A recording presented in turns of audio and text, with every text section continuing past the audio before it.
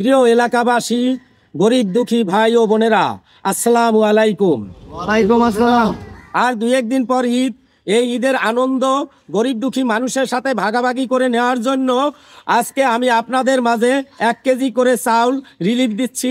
আপনারা আমার জন্য দোয়া করবেন, শৃঙ্খলা বজায় রেখে এই রিলিফ গ্রহণ করবেন। নেন মুরব্বী, 1 কেজি চাউল আমার জন্য দোয়া করবেন। এই 1 কেজি চালের লেগে 100 টাকার সেবা দিলাম, মন্ত্রী সাহায্য দেয়।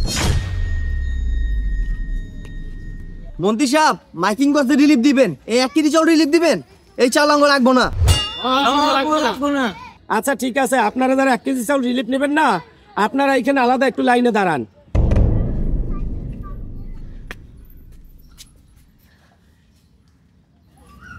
নেন মুরব্বী। মন্ত্রী সাহেব আপনি যা দিয়েছেন আমরা এতে খুশি, আপনি দিন আমি দোয়া করি। নেন মুরব্বী।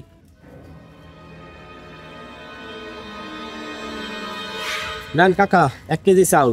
মন্ত্রী সাহেব 1 কেজি চাল দিলে এতে আমি খুশি, আমি দোয়া করি আপনি যা আরো দিতে পারেন। কাকা, আপনি 1 কেজি চাউল পাইয়া এত খুশি, আপনি একটা কাজ করেন, পলিথিনটা খুইলা চাউলের ভিতরে একটু হাত দেন।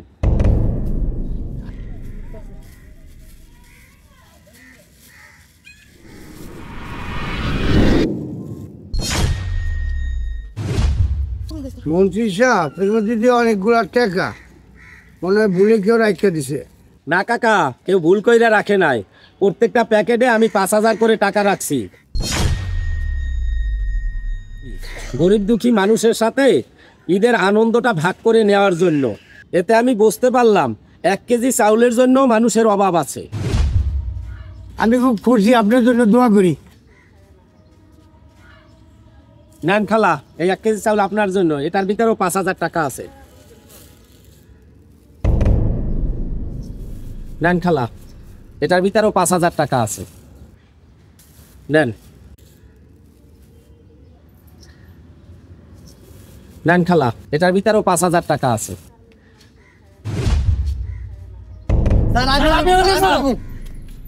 স্যার আমার রিলিফ দেন স্যার, আমার ভুল হয়ে গেছে। না, আপনাদের তো 1 কেজি চাল দরকার নাই, যাদের 1 কেজি চাল দরকার তারা ঠিকই নিয়ে গেছে। আপনারা তো সুবিধাবাদী লোক, আপনারা যখন জানতে পারলেন চালের ভিতরে 5,000 টাকা আছে, আবার দৌড়েই লাইনে দাঁড়াইলেন।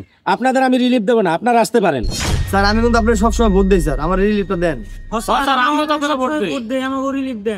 আপনাদের মতন এরকম ভোটার আমার দরকার নাই, আমার দরকার এইরকম সুবিধা বঞ্চিত গরিব মানুষ।